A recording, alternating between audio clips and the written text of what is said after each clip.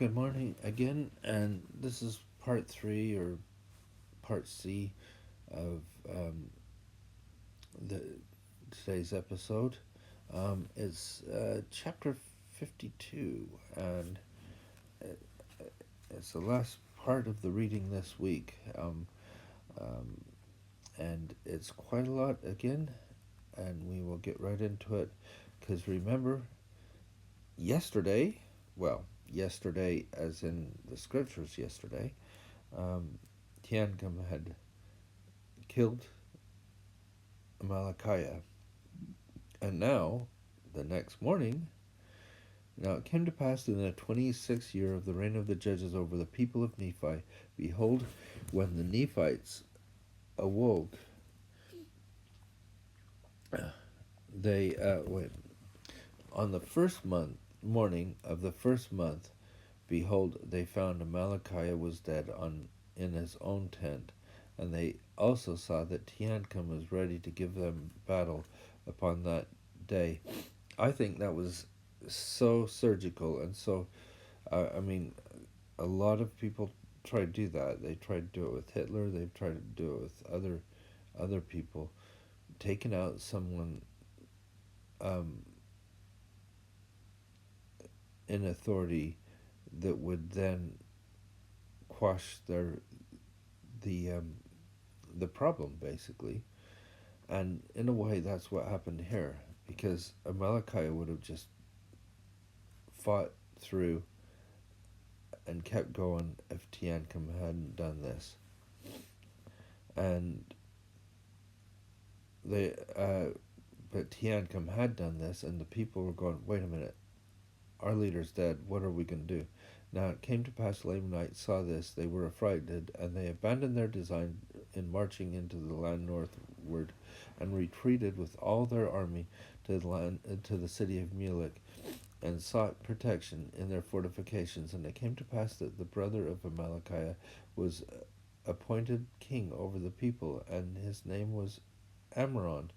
And thus King Amram, the brother of King Amalickiah, was appointed to reign in his stead. And it came to pass that he did command his people should maintain those cities which they had taken by the shedding of blood, for they had not taken any cities, save they had lost much blood. And now Tiancum saw that the Lamanites were determined to maintain those cities which they had taken, and those parts of land which they had obtained in possession of, and also seeing the enormity of their number, Tiancum thought it was expedient that he should not attempt an attack upon them in their forts, which, of course, the Nephites had built. So now they're being used by their enemies. They weren't meant to be captured like that. They're meant to be defended. And so now they've got the problem that these people are using their forts. But he kept his men round about, as if making preparations for war. Yea, and truly he was preparing to defend himself against them, by casting up walls round about, and preparing places of resort. This sounds like he's casting up walls at certain critical points, not actually building cities, but casting them up and preparing places of resort um, in kind of in the wilderness area or whatever, and by the seashore, anywhere where they could go and defend themselves against the Lamanites, um, and not just the city before they get to the city, I guess. And it came to pass that he kept thus preparing for war until Moroni had sent a large number of men to strengthen his army. And Moroni also sent orders unto him that he should retain all prisoners who fell into his hands, for the Lamanites had taken many prisoners, and that he should retain all the prisoners as a ransom for those whom the Lamanites had taken. And next week, or in day or two, we'll actually see how that goes. Is quite an interesting. I like it. I like how he does things. Captain Moroni knows what he's doing. And also he sent orders unto him that they should fortify the land bountiful and secure the narrow pass which led into the land northward, lest the Lamanites should obtain that point and should have power to harass them on every side. So that is why we didn't want Morianton to go into the north. That is why they don't want the Lamanites to get to the north, that they would be on every side.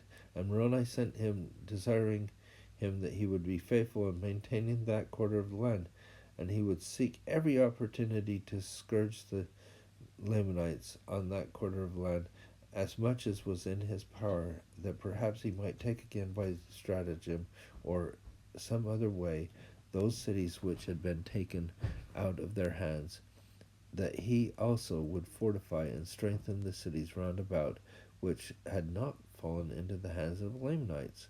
And he also said unto him, I would come unto you, but behold, the Lamanites are upon the borders upon us in the borders of the land of the West Sea, and behold, I go against them. Therefore, I cannot come unto you. So they're on the east and on the west and on the south. If they get to the north, that would they would basically cut off the Nephites completely, and that's what he doesn't want. Now King Amron had departed out of the land of Zarahemla, and had made known unto the queen concerning the death of his brother. That poor queen is going through a lot, and had gathered together a large number of men, and had marched forth against the Nephites in the borders by the sea.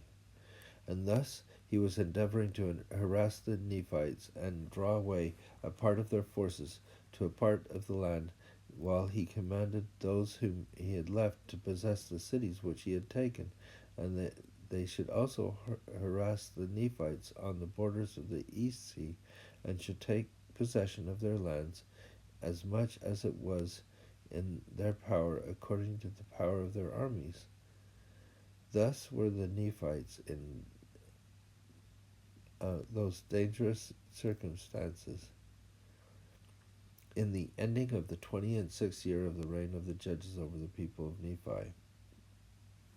So this whole year seems to be taken up in that.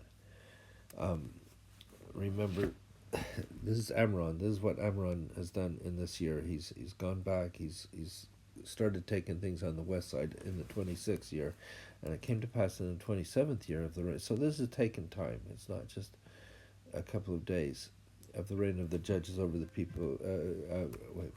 Reign of the judges that Teancum, by the command of Moroni, had established armies to protect the south and the west borders of the land, and had begun to march towards the land of Bountiful, that he might assist Teancum with his men in retaking the cities which they had lost. And it came to pass that Teancum had received orders to make an attack upon the city of Mulek and retake it if it were possible.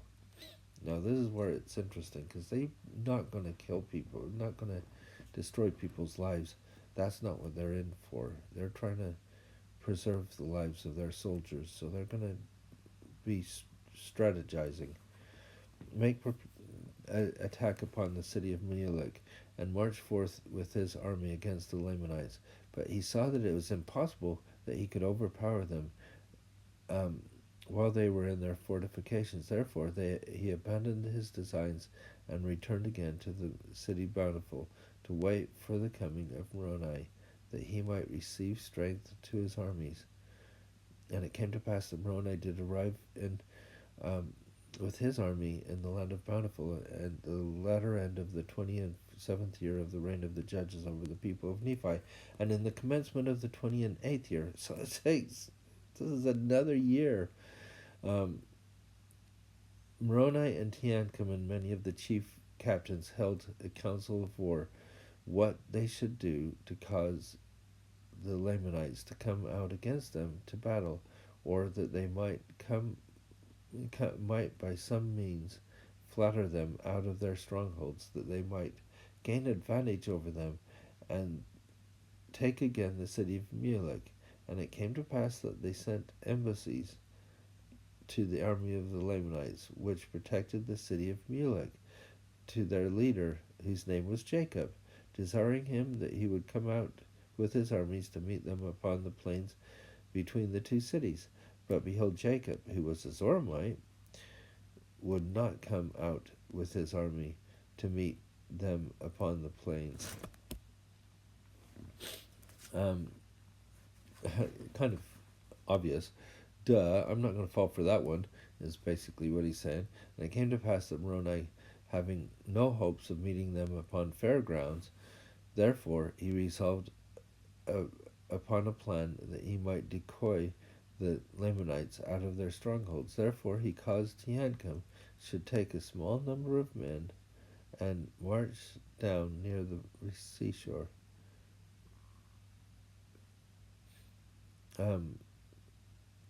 And Moroni and his army by night marched into the wilderness on the west of the city of Mulek. And thus on the morrow, when the guards of the Lamanites had discovered Teancum, they ran and told it to Jacob, their leader. And it came to pass the armies of the Lamanites did march forth against Teancum, supposing that their numbers to overpower Teancum because of the smallness of his numbers. And Teancum saw the armies of the Lamanites coming out against him. He began to retreat down by the seashore northward. And it came to pass that when the Lamanites saw that he began to flee, they took courage and pursued them with vigor. And while Teancum was thus leading away the Lamanites, who were pursuing them in vain, behold, Moroni commanded that part of his army who were with him that they should march forth into the city and take possession of it. Just see how they just go in there. And they did, and thus they did, and slew those who had been left to protect the city, yea, all those who would not yield up their weapons of war. And of course, if they did yield up, they were just taken prisoners. That is it. That's how they did. They don't slave people, only in protection. And thus Moroni had obtained the possession of the city of Mulek with a part of his army, while he marched with the remainder to meet the Lamanites when they should return from the pursuit of Teancum. And it came to pass the Lamanites did pursue Teancum until they came near the city Bountiful, and then they were met by Lehi and a small army which had been left to protect the city of Bountiful. And now behold, when the chief captains of the Lamanites had beheld Lehi and his army coming against them, they fled in much confusion, lest perhaps they should not obtain the city of Mulek before Lehi could overtake them, for they were wearied because of the march, and the men of Lehi were fresh. First of all, they don't like Lehi. Remember, they like, oh no, Lehi. But also, think about the strategy here. It's like, oh yeah, let's lead them away, so that Moroni could take the city without having to lose a lot of men or anything. And at the same time, let's bring this other army in that's fresh, and that should really confuse them, and it does. Now the Lamanites did not know that Moroni had been in their rear with his army, and all they feared was Lehi and his men. Now Lehi was not desirous to overtake them till he should meet Moroni and his army. And it came to pass that before the Lamanites had retreated far, they were surrounded by the Nephites, by the men of Moroni on one hand, and the men of Lehi on the other, all of whom were fresh and full of strength. But the Lamanites were wearied because of their long march. And Moroni commanded his men that they should fall upon them until they had given up their weapons of war. So basically, they're just trying to get them to give up their weapons of war. But we have a problem here. And it came to pass that Jacob, being a leader, being also a Zoramite, really, these Zoramites, the ones that are left, really are a piece of work, aren't they, as well? And having an unconquerable spirit, he led the Lamanites forth. I wonder if they still believe that they are the only chosen people, and so really people's lives don't really matter to them because they're Zoramites and they're the only ones that are going to be saved anyway. Um, I don't know. Um, he led the Lamanites forth to battle with exceeding fury against Moroni, and Moroni being there in their course of march. Therefore, Jacob was determined to slay them and cut his way through to the city of Mulek. But behold, Moroni and his men were more powerful. Therefore, they did not give way before the Lamanites. And it came to pass that they fought on both hands with exceeding fury, and there were many slain on both sides. Yea, Moroni was wounded, and Jacob was killed. So Moroni was right in there, and he was wounded. And Lehi pressed upon their rear with such fury with his strong men that the Lamanites in the rear delivered up their weapons of war, and the remainder of them, being much confused, knew not whither to go or to strike. Now Moroni, seeing their confusion, said unto them, If ye will be willing to bring forth your weapons of war and deliver them up, behold, we will forbear the shedding of your blood. And it came to pass that when the Lamanites heard these words, their chief captains, well, the ones that are left, all those who were not slain, oh yeah, it says right there, all those who were not slain came and threw down their weapons of war at the feet of Moroni, and also commanded their men that they should do the same. Behold, there were many that would not, and those who would not, now notice, those who would not deliver up their swords were taken and bound, and their weapons were taken from them, and they were compelled to march with their brethren to the land of Bountiful. I love the fact that here's the people that give up their swords, and they're like, okay, you're fine, and we'll let you just walk on. The other ones are like, yeah, well, you won't give up your sword? Well, we'll take it from you anyway, and we'll bind you. And now the number of prisoners who were taken exceeded more than the number of those who had been slain, more than those who had been slain on both sides. I think it's important that he puts these things in here. He's saying that by stratagem, they were able to save, in a way, more lives than were lost. While, on the other hand, Amram and Amalickiah both